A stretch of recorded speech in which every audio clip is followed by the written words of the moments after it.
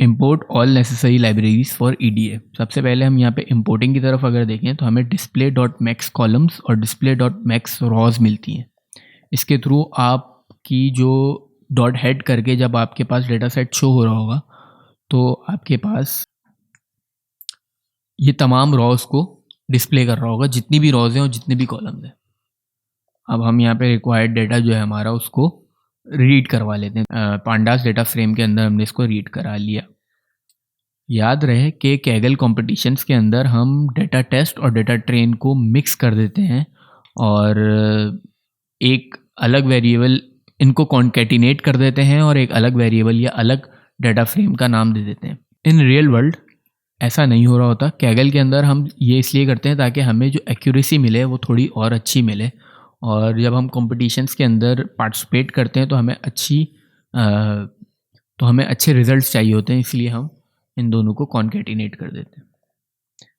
Basic building EDA functions are pretty handy sometimes. यहाँ पे describe का जो फंक्शन है उसको हम देख लेते हैं, जिससे हमें पता चलता है कि हमारे पास ये तमाम न्यूमेरिकल वैल्यू फीचर्स मौजूद हैं और स्टैंडर्ड डेविएशन इनकी कुछ इस तरह से, मिनिमम इनकी कुछ इस तरह से, और ये इस तरह से तो ये समझ नहीं आएगा, लेकिन हम जैसे जैसे आगे जाते जाएंगे चीज़ें हमारे लिए साफ़ होती चली जाएंगी। मेरा बनाया हुआ एक फंक्शन है जिसके अंदर मैं तमाम चीज़ों को अलग अलग देख सकता हूँ। जैसे कि मेरे पास यूनिक वैल्यूज़ आ रही होती हैं, मेरे पास नल वैल्यूज़ आ रही होती हैं फॉर बेटर विजुअलाइजेशन। अगर हम यहाँ देखें तो हमें मिसिंग वैल्यूज़ जो मिल रही है 99.5%, 96.3% और 93.7%, और इसी तरह वैल्यू बिगेस्ट कैटेगरी का मतलब ये है कि जो ये फीचर है इसमें जो वैल्यूज़ हैं वो बहुत कम फ्रीक्वेंसी में दोबारा यूज़ हो रही हैं, ज़्यादातर नई वैल्यूज़ ही आ रही हैं उसके अंदर। Percentage of null values in a data set. अब यहाँ पे मेरे पास डेटा सेट के अंदर जो वैल्यूज़ आ रही हैं तकरीबन 100% को छू रहा है पूल के QC। मिस्क फीचर तकरीबन 95 अबव है, इस तरह से ये चीज़ें जा रही हैं। तो यहाँ पे मैं इन तमाम टॉप 4 फीचर्स को मैं यहाँ पे नल फीचर्स को मैं यहाँ डिलीट करना चाहूँगा और मैं यहाँ पे डिलीट कर दूंगा। Now I need to check the relationship between null values and our target features that is sale price. अब मैं देखना चाहूँगा कि हमारे पास जो नल वैल्यूज और टारगेट फीचर का आपस में रिलेशन कैसा है। अगर तो कोई रिलेशन नहीं है तो मैं सोचूंगा कि इनको अब मैं डिलीट कर दूँ या फिर इनके साथ कुछ ऐसा करूँ कि ये, क्योंकि ऐसा सच ये काम में तो है नहीं, तो अगर इनके साथ कोई मेरा रिलेशन नहीं बन रहा तो फिर मैं उनको डिलीट करने का सोच सकता हूँ।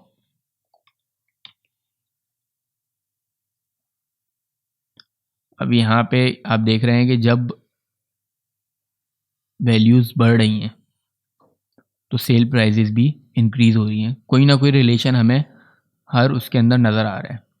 We can observe some relationship between null valued features and target features. तो ऐसे हम इनको डिलीट नहीं कर सकते, हम इनको आगे आने वाले फेजेस के अंदर कैटर करेंगे। Now we need to find out the relationship of other features with target features. So separate out numeric, categorical and temporal data. अब मैं अपने डेटा सेट के अंदर से, बहुत बड़ा डेटा सेट है, अब उस डेटा सेट को मैं चंक्स में डिवाइड करूंगा। ठीक है, मैं न्यूमेरिकल फीचर्स अलग कर लूँगा, मैं कैटेगरिकल फीचर्स अलग कर लूँगा, मैं टेम्पोरल या डेट टाइम का जो डेटा है वो मैं अलग कर लूँगा। किस तरह से कर रहा हूँ न्यूमेरिकल फीचर्स के अंदर फीचर व feature in data train dot columns if data train feature dot T type is not equal to object. ठीक है, तो ये अगर ऑब्जेक्ट नहीं है तो न्यूमेरिकल फीचर्स में आ जाए। ठीक है, there are temporal features as well in numeric features, so we need to separate them out. अब मैं इस न्यूमेरिकल फीचर्स के अंदर year built, year remove add और इस तरह के garage year built, temporal data को एयर सोल्ड को मैं रिमूव करना चाहूँगा। इनको अलग एक कैटेगरी के अंदर या लिस्ट के अंदर मैं डालना चाहूँगा। तो मैंने किस तरह किया, मैंने ये टेम्पोरल फीचर्स का अलग से एक वेरिएबल दिया इसको, और यहाँ पे मैंने feature for feature in numerical features if air in feature और एयर इन फीचर।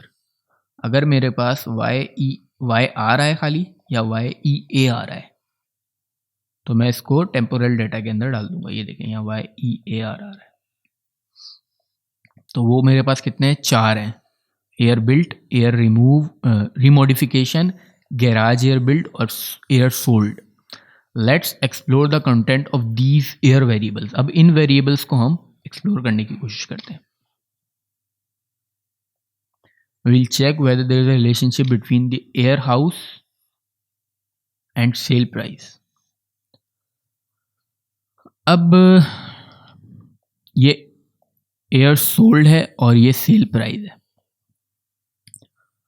अब आप ये देखें कि जैसे जैसे हमारा 2008 के अंदर प्राइस जो है वो नीचे आ रही है, 2009 के अंदर और नीचे आ रही है, 2009 के बाद 2010 के अंदर और नीचे चली गई, जो कि एक परेशान कुन बात है। Observation, now this hit me hard, why damn the house prices going down each year, there is some problem for sure. अब मैं इसको थोड़ा सा और क्लोजली देखना चाहूँगा कि ये क्या इशू आ रहा है कि ये और नीचे की तरफ जाते जा रही हैं। हालांकि प्राइजेस तो बढ़नी चाहिए हर ईयर के गुजरने के साथ साथ।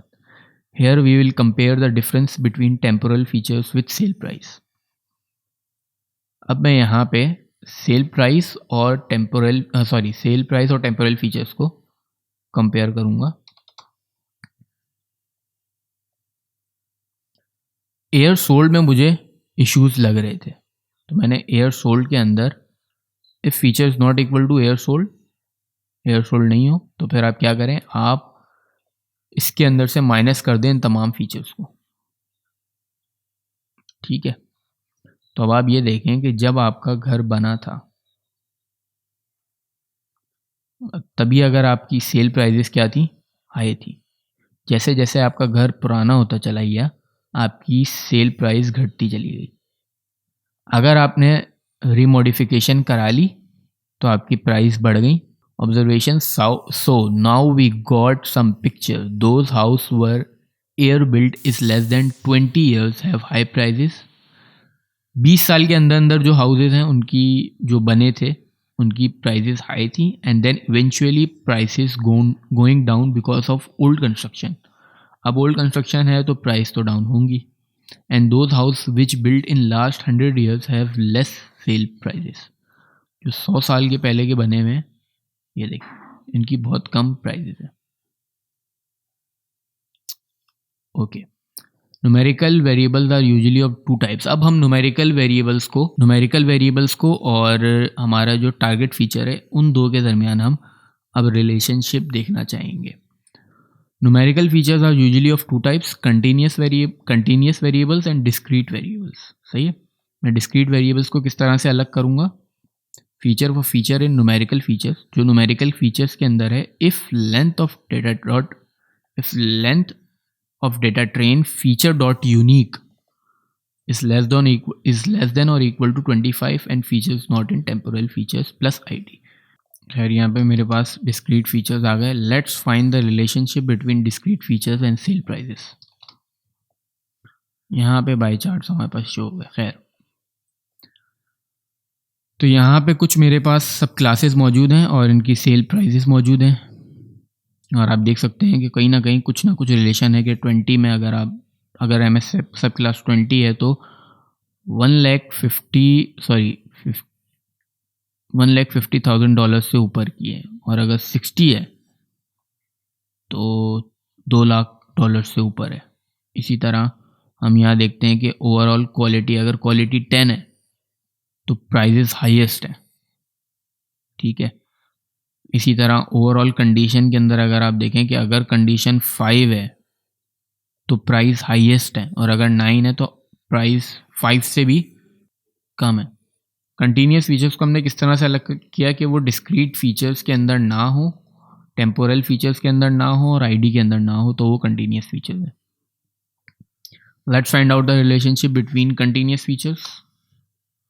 ये हमारे पास कंटिन्यूस फीचर्स के रिलेशनशिप्स आ गए,